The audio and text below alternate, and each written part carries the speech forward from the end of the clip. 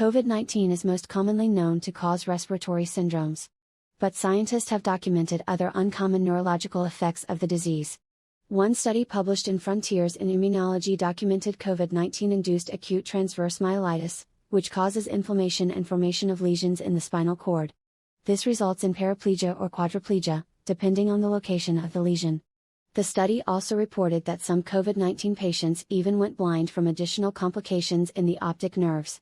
These symptoms were seen in patients from 21 countries, on average 10 days to 6 weeks after contracting the virus. Myelitis also occurred in 3 out of 11,636 people during the trial of the AstraZeneca vaccine, which is an extremely high number. In comparison, it should normally occur in only 1 to 4 out of 1 million people.